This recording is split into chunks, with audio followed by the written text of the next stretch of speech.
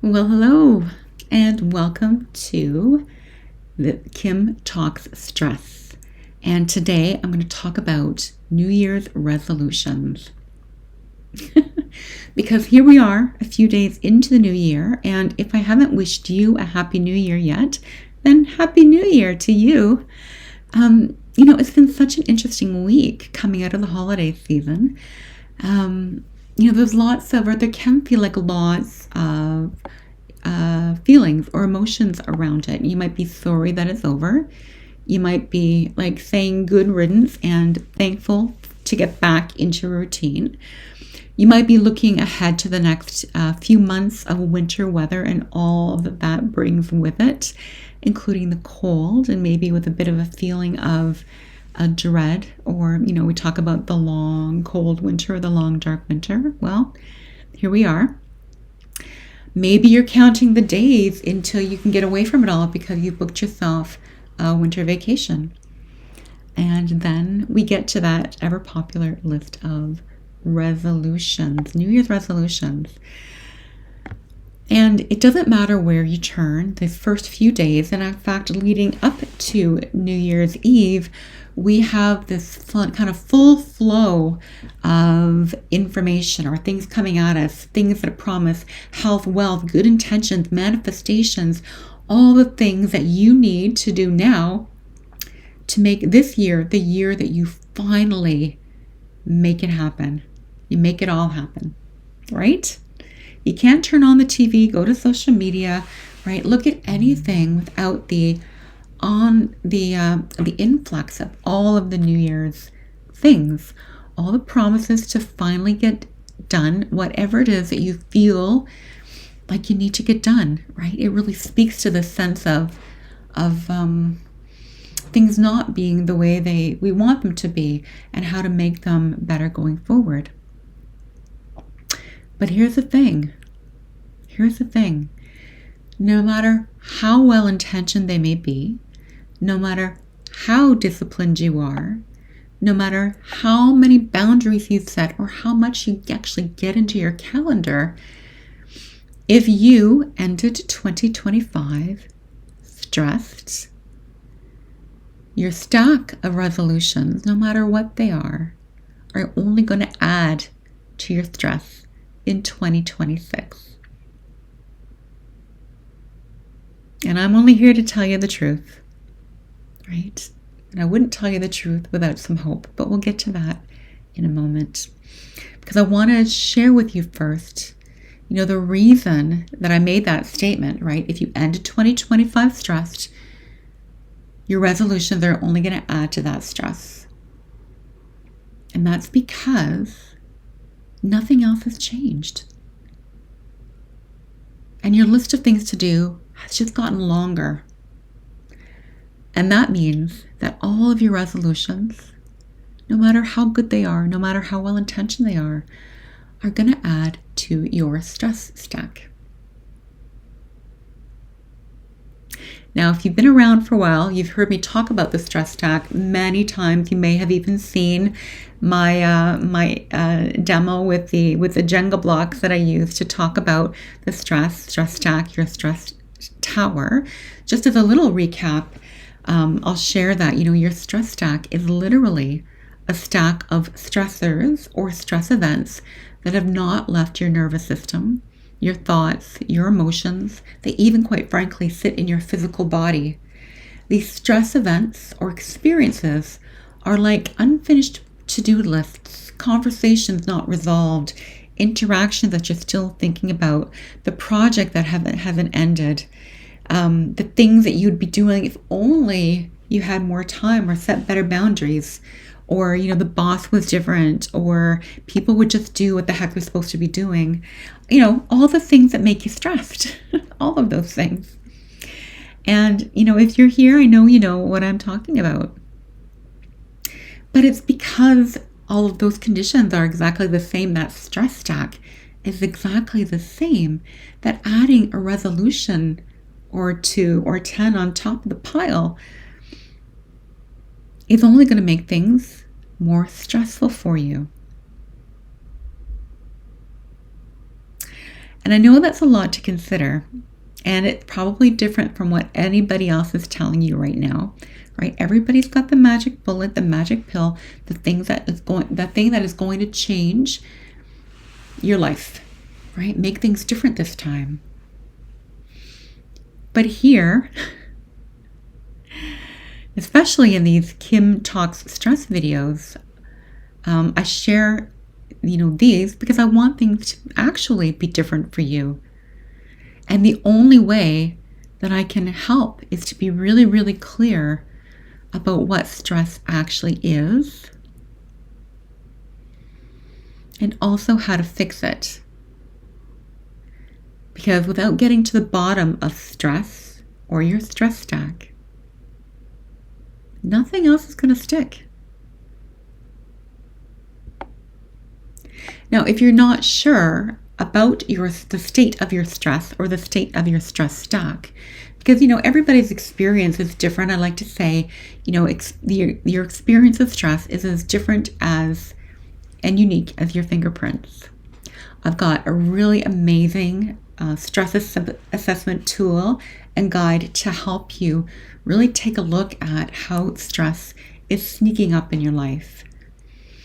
And just saying that you're stressed, right? It can mean lots of different things. And I think it's really important to be clear on what stress is, its impact, and what it means to you.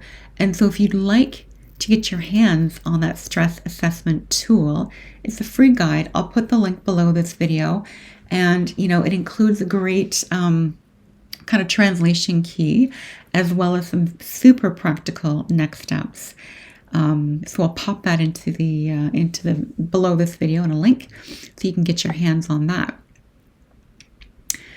And that was a little digression, so I want to get back on track here because this is how important this concept is to me, or this solving this problem is to me. Because unless we get underneath the pile of stress, right, nothing else really matters.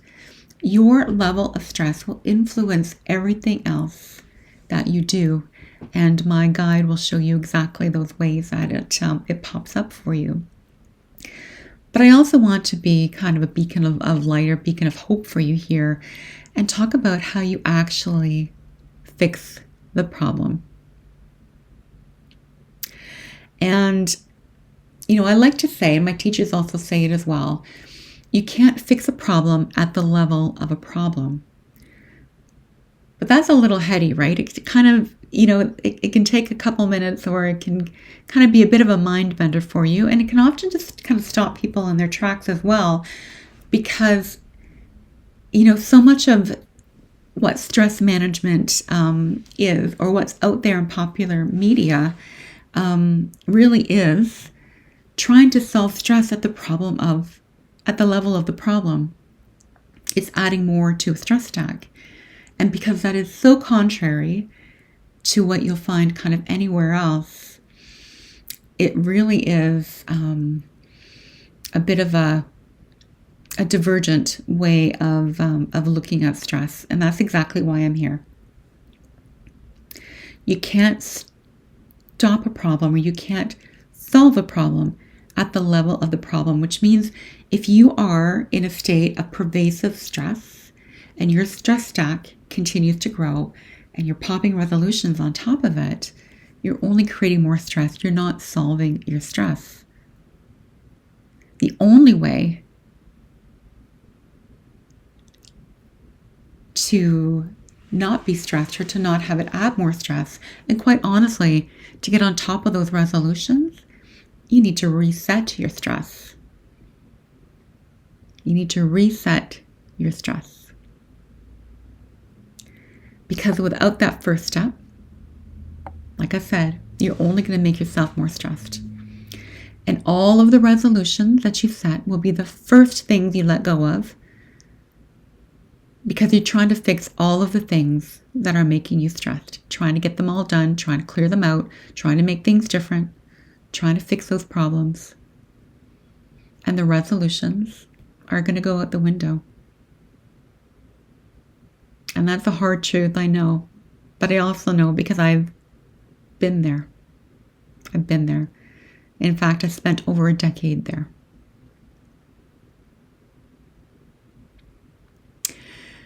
So what is a stress reset? Well, it's actually quite simple. You need to unpack your stress stack. And you do that by taking moments in your day every day to break the cycle of intake via the senses, through all of the senses. Then you need to center, kind of connect within. And every time we do that, we let our inner voice, our intuition, our inner wisdom bubble up to the surface. We stop all the external stuff for a few minutes or even a moment so that the underlying clarity can actually arise. And then when we step back out into the world, it's with that clarity first perspective instead of being led or influenced or being caught in the momentum of all of the external stuff, including all of those things on your list of to-dos and tackling that, stress stack. So each time we break the cycle of intake, what we're actually doing is breaking the cycle of stress and preventing its accumulation. So each time we take that break, right, it's like taking a block off the Jenga pile, one moment at a time. And you might be saying to yourself, well, Kim, it can't be that easy. That sounds too easy to be true. And you're right. I said it was simple, but simple doesn't always mean easy. And like I said, I know this because I spent years, at least a decade, honestly, trying to understand and unpack my stress with all of the things: personal development, mental health leave, education apps, courses, programs, yoga, meditation, learning all of the things, adding knowledge. I've got books behind me. You can probably see books upon books, courses upon courses, knowledge upon knowledge. I had all the information. But what became clear to me at my kind of tipping point, my critical point, was I was discounting the effectiveness of one simple thing.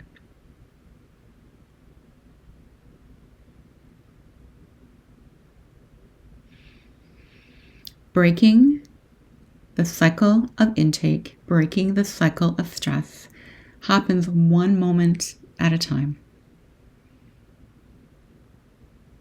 And that's why it sounds too good to be true or too easy to be true. But it is. And it is true.